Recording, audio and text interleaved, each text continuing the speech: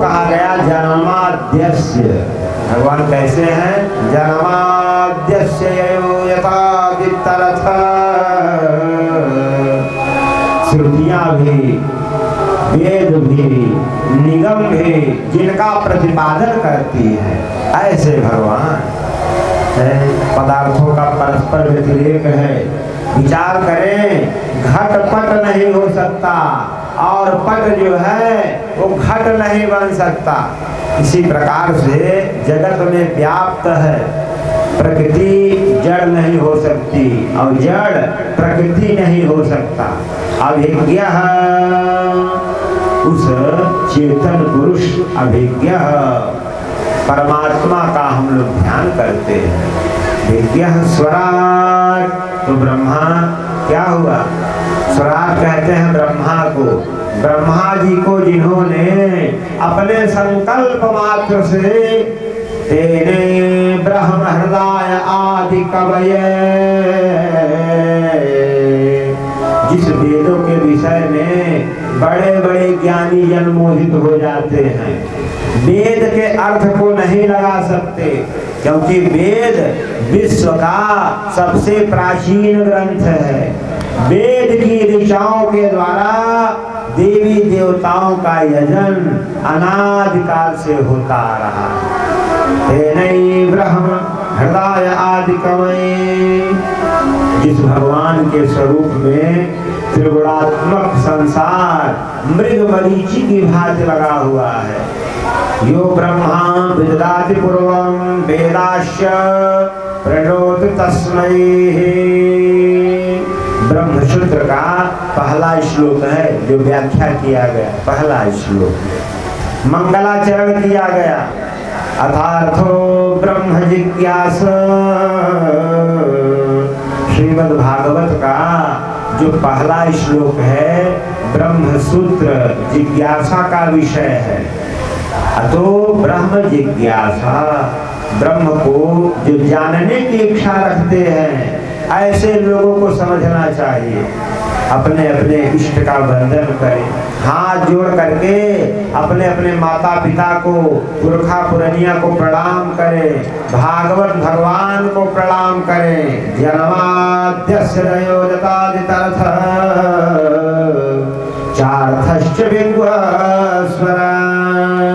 श्रीमद् भागवत तो कृष्ण भगवान का ही स्वरूप है। एक एक अक्षरों में भगवान की श्यामलता समाई हुई है, कुछ और नहीं है इसमें। ततः सत्यम सच्चिदानंद स्वरूपम श्री कृष्णम परमेश्वरम धीमहि। क्या मतलब हुआ? अतः जो सत्य स्वरूप है, जो सच्चिद आनंद स्वरूप है, ऐसे कृष्ण भगवान का धीमहि हम लोग ध्यान करते हैं। सत्यम सच्चिदानंदम स्वरूपम च कृष्णः। कृष्ण भगवान की स्तुति में कई बार सत्य सत्य कहा गया। कहें सत्य कौन है? सत्य वह परम पिता परमेश्वर है, बाकी सब असत्य है। सत्यव्रतम सत्य परम त्रिसत्यम सत्यस्य योनि निहते च सत्यम सत्यस्य सत्यात् मृत सत्य सत्यम सत्यात्मकं त्वां शरणं प्रपन्ना। बार बार कई बार भगवान को सत्य सत्य सत्य कह करके संबोधन किया गया। ये वो जो देवता भगवान श्री कृष्ण है ना, वही सत्य है, ऐसा मन में धारणा बनाओ। अतः जन्माद्यतः आद्यस्य जन्म विकार रहितस्य यासा स तत्र वसुदेव गृहे जन्मः। इसका मतलब है कि जिसका न आदि है, न मध्य है, न अंत है, ऐसा वह परम पिता परमेश्वर वसुदेव के पुत्र के रूप में जन्म लिए। ऐसा न गृहम गृहमित्याहु गृहणी गृह उच्यते। ईंट पत्थर घास फूस का बना हुआ जो मकान है वो गृह नहीं कहा जाता। गृह किसको कहते हैं? जिस घर में गृहिणी हो, घर को सजाने वाली हो, उसको घर कहा जाता है। श्री कृष्ण भगवान कैसे हैं? वसुदेवस्य पत्याः देवक्याः सह गर्भेर जन्मं भविष्यति। जिन्होंने वसुदेव के पत्नी देवकी के गर्भ से जन्म लिया, ऐसे भगवान वसुदेव की पत्नी के गर्भ से जन्म लिया और जन्म लेते ही अन्नादि इतरतः, अन्नादि इतरतः जन्म लेते ही दूसरी जगह चले गए। ऐसे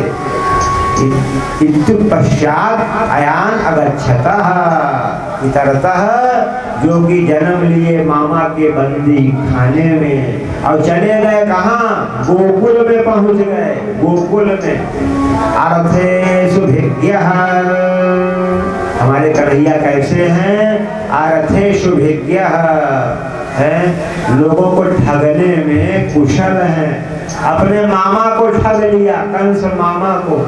अर्थेषु कंस वंचनादि प्रयोजनेषु अभिज्ञः निपुणः एवं कुशलः, व्याख्या किया गया, जो कि कंस को भी ठगने में निपुण परम है ज्ञानी, जिनका नाम केशव बताया गया। केशव गोकुल में आकर के जिन्होंने क्या किया?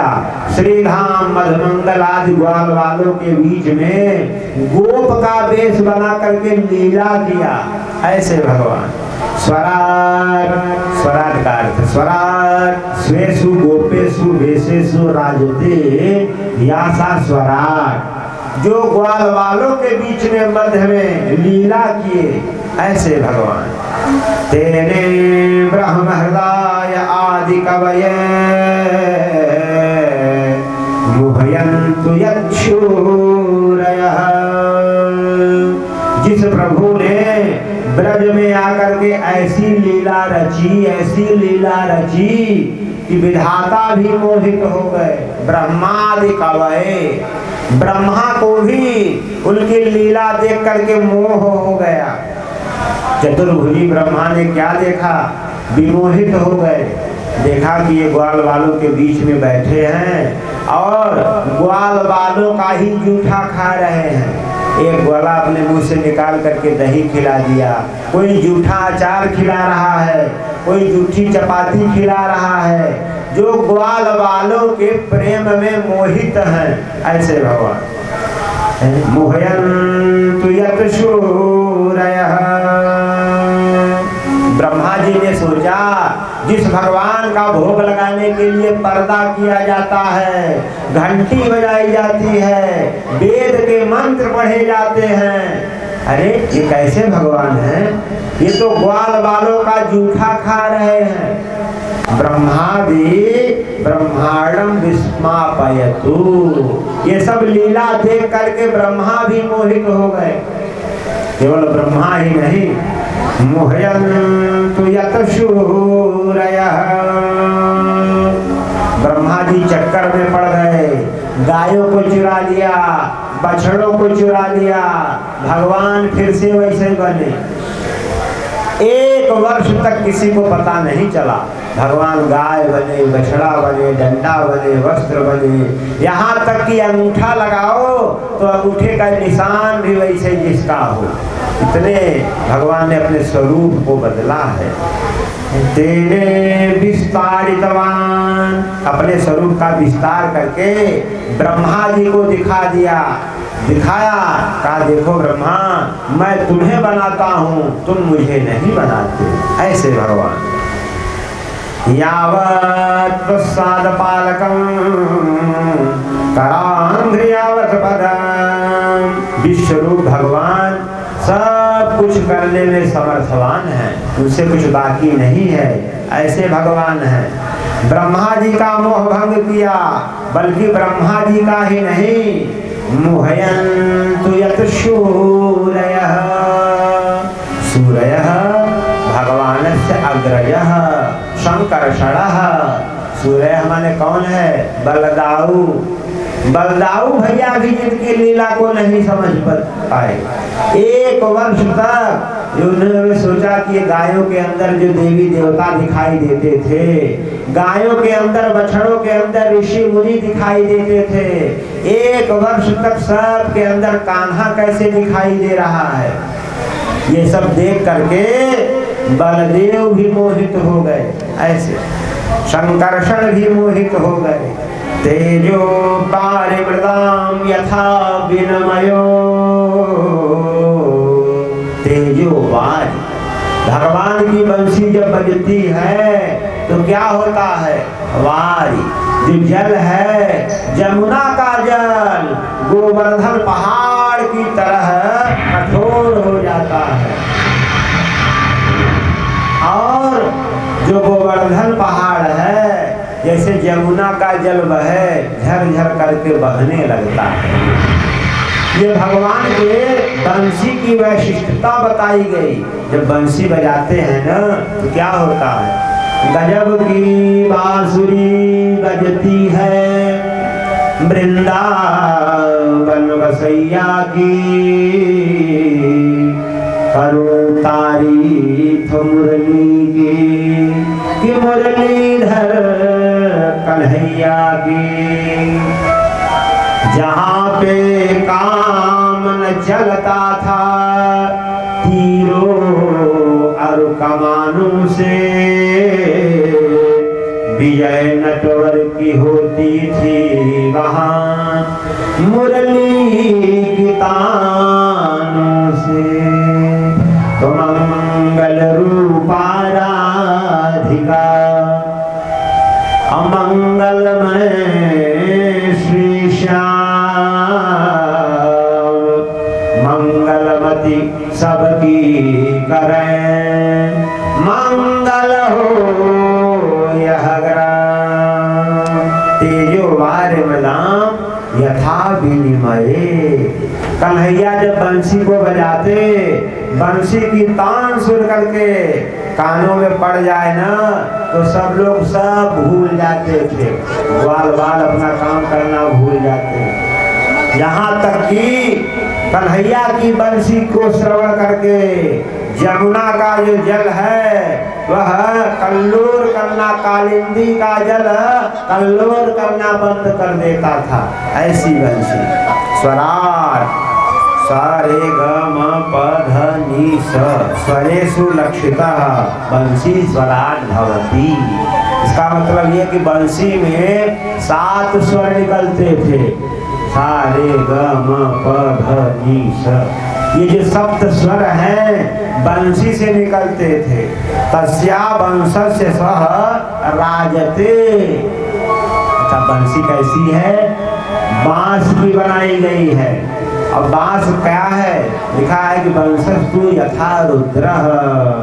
बांस में रुद्र भगवान का वास होता है, शंकर जी का वास बताया गया बंसी में। लेकिन जब जमुना बंसी की तान सुनती है उनकी धारा रुक जाती है। अब गोवर्धन जब सुनते हैं तो उनका जो पाषाण है, पत्थर द्रवीभूत हो जाता है। लिखा है पाषाणे च द्रवत्वं यमुनाया काठनीत्वं। पाषाण द्रवीभूत हो गया, गोवर्धन का पाषाण द्रवीभूत। कन्हैया की वंशी की वैशिष्टता है। कृष्ण लीला त्रिधा पुरोक्ता। भगवान कृष्ण की ये लीला है 3 प्रकार की है, त्रिधा पुरोक्ता। क्या कहा, तस्य भवेन मेध्या गोकुले मथुरा द्वारावत्याम यथा क्रमः। भगवान का 3 धाम बताया गया।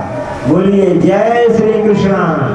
जय श्री कृष्ण। पहला क्या धाम है, पहला धाम है श्री धाम वृंदावन, ये भगवान का धाम है। दूसरा धाम क्या है, श्री धाम मथुरा, मथुरा भी भगवान का धाम बताया गया। त्रिधाम नः स्मृता, त्रिधाम। तीसरा धाम क्या है, द्वारिका, ये जो श्री धाम द्वारिका, 3 धाम बताया। पहला धाम श्री धाम वृंदावन, दूसरा धाम श्री धाम मथुरा, तीसरा धाम श्री धाम द्वारिका। ऐसे भगवान कृष्णस्य त्रिधा प्रोक्ता तत्वे गुरुकुले मथुरा त्रिशर्गः स्मृता। ये तीनों धामों में भगवान ने लीला करी है, तीनों धामों में। और भगवान का नित्य वास होता है त्रिधा प्रोक्ता। तीनों धाम में भगवान रोज मिलते हैं, रोज आकर के नर्तन करते हैं। ऐसे प्रभु वृंदावन में श्री धाम है, और उसमें भी सुदामा के साथ, मधुमंगल के साथ, बलदाऊ के साथ, ग्वाल बालों के साथ लीला किया है भगवान ने। इस प्रकार से वृंदावन में लीला किया। मथुरा में किसके साथ? अक्रूर के साथ, कंस के साथ भगवान ने लीला किया। द्वारिकापुरी में रुक्मिणी के साथ, सत्यभामा के साथ, कालिंदी के साथ, नागिनी के साथ, शैव्या के साथ, आठों पटरानी 16,108 रानी पटरानियों के साथ लीला किया भगवान ने।